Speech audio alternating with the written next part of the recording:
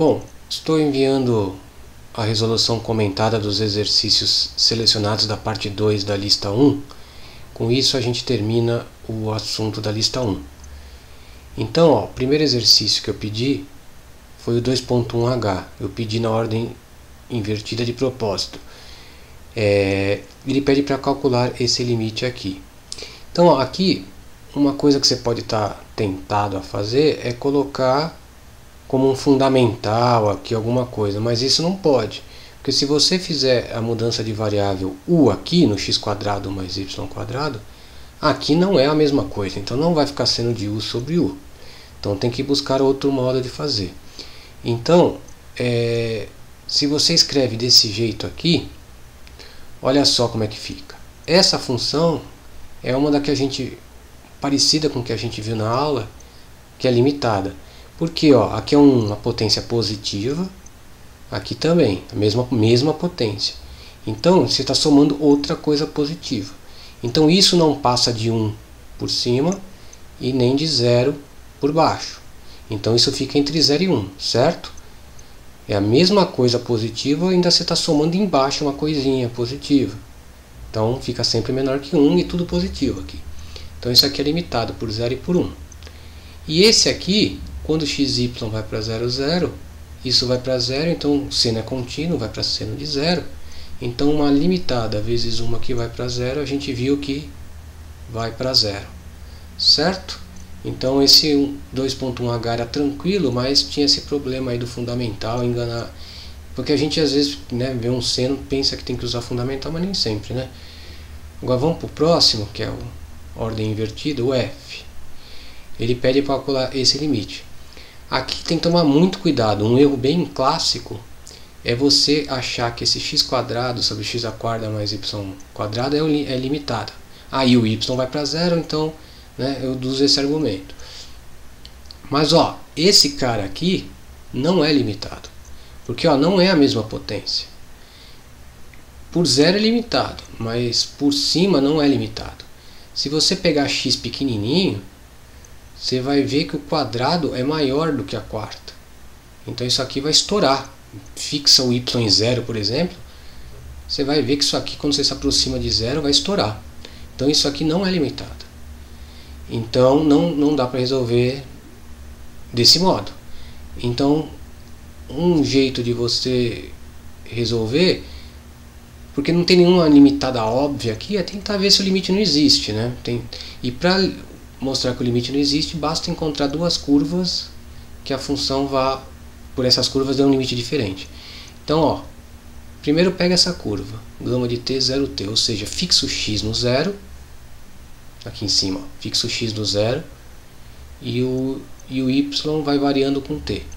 Essa curva passa no ponto limite que eu quero, isso é importante, quando t0 é 0. Então, quando t0 igual a 0, quando t é 0, isso aqui vai dar 0. Então, ela passa nesse ponto 0, 0. Então, você pode usá-la para ver o limite por esta curva. Aí, substituindo 0 no x e t no y, aqui em cima, não é aqui é só um pedaço dela, aqui em cima. Então, o que você vai ter? Como você zerou o x, a parte de cima vai zerar. Zerou o x, então vai ficar só t², que é a parcela referente ao y². Então você tem esse limite. Esse limite é 0 sobre t², não importa que o t está indo para 0. 0 sobre qualquer coisa próxima de 0 vai dar 0 isso aqui. Então isso é 0. Isso não mostra que o limite é 0.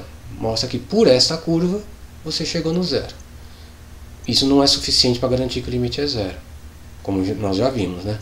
Então a próxima, vou pegar uma outra curva, tt, por exemplo. Essa curva também passa no 0, 0 quando t é 0. Então também podemos usar. Aí o que vai dar o limite por essa curva? Você joga t aqui, tem tanto no x quanto no y. Então vai dar t ao cubo, t ao cubo, t² mais t². Esse limite, agora um limite de cálculo 1, você pode usar L'Hopital, usa toda a ferramenta de cálculo 1. Mas não precisa usar L'Hopital, é fácil, se você dividir por t², você vai ter isso, some 2 aqui, 2, isso.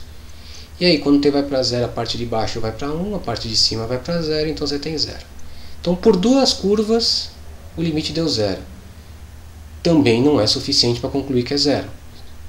Nem se você tivesse umas 20 curvas indo por todas elas vai para 0, não dá para garantir. Na 21ª poderia dar qualquer outra coisa. Então vamos pegar uma terceira curva. Essa aqui. Por que eu peguei essa? Porque eu pensei assim, ó, vou igualar o expoente do x com y aqui. Tanto aqui quanto aqui, ó. Então eu peguei essa, uma parábola, que também passa no 0, 0. Isso você tem que checar no instante t igual a 0. Então o limite fica como? Esse limite vai ficar quando t vai para 0, né, que é o tal t0 aqui. Como eu igualei, olha aqui em cima. Aqui no y você põe t quadrado, no x t vai ficar t a quarta, t a quarta, t a quarta, né, porque aqui no y está o quadrado. Então isso fica t a quarta sobre 2t a quarta. Corta o t a quarta, isso na verdade é meio, constante até, igual a meio. Moral da história, tá vendo? Na terceira curva já deu meio. Então tá vendo como você não pode parar na segunda? Tem que... Esse método só serve para mostrar que não existe. Você tem que encontrar duas curvas que dão limites diferentes por elas. Eu peguei 3 aqui só para ilustrar. Você pega duas, dá igual, não provou nada. Você tem que... só serve para provar diferente, quando dá diferente. Então, com isso você é suficiente para concluir que o limite não existe. Certo? Então você viu, são dois. No anterior você tinha um limite que existia, a gente resolveu por limitado e uma que vai para 0. Nesse aqui era um limite que não existia, você pode resolver por curvas. Vamos para o próximo aqui. Esse é mais complicado, né? Pelo menos a cara dele é bem feia, mas tentar achar uma limitada aqui parece improdutivo, né? Uma coisa muito feia. Então vamos tentar primeiro checar se ele existe ou não. As curvas são mais fáceis, 0t, t0, você começa por elas, né? Então de novo, a 0t. Como é que fica? Quando você faz o x0, ó, zerou toda a parte de cima, zerou esse x que está aqui, você vai ficar só com esse t oitava, que também é 0. Eu passei demais aqui, mas eu não fiz a t0 porque vai dar a mesma coisa, vai dar 0 porque vai zerar o y. Então eu peguei essa outra curva. Por que eu peguei ela, na verdade, esse chute aqui? Porque ó, essa raiz quarta, raiz cúbica, ela incomoda um pouco, né? Então eu pensei em pegar elevando ao cubo para você sumir com essa raiz cúbica. E essa potência 4 é meio para igualar aqui em cima, né? Porque essa potência 1/4, na verdade, né? Porque aí vai cancelar esse y, vai ficar só o t ao cubo parecido com aqui. Meio que foi uma tentativa de ajustar os expoentes, né? Então, ó, usando essa curva, que também passa pelo ponto 0, 0, que é o ponto no limite pedido no 0, você vai ter o seguinte, ó, o x é t ao cubo, aqui como eu falei, ó, para eliminar esse 4 vai ficar t3, aqui x5, porque é o t5, e aqui, como é 3/4, eu coloquei, e aqui é 4/3, eu coloquei 3/4, vai dar t a primeira, a gente some com aquela raiz, ainda fica com a primeira, e o de baixo, ó, o t a sexta, e aqui quando você eleva a oitava a 3/4, se sobra 2, 6, ó, fica tudo 6, tá vendo? Bem bonitinho. Aí então fica 2t a sexta sobre 2t a sexta, que na verdade isso é constante igual a 1. Então, moral da história, duas curvas de novo, dando limites diferentes por elas, é suficiente para concluir que o limite não existe. A gente trabalhou bastante isso em aula, mas lembre, esse método é só para mostrar que não existe. Para mostrar que existe, ou você acha uma limitada, ou você faz uma mudança de variável que cai no cálculo 1, que é o próximo exercício. São outros métodos. Esse aqui só para que não existe, conforme a gente frisou bem, né? Então vamos para o próximo. O 2.4, ele pede para você determinar L, caso exista, que torne esta função com chave aqui contínua. Então vamos lembrar, para ser contínua, o limite em cada ponto tem que ser igual ao valor da função no respectivo ponto. O limite é igual ao valor da função. Aí ela é contínua.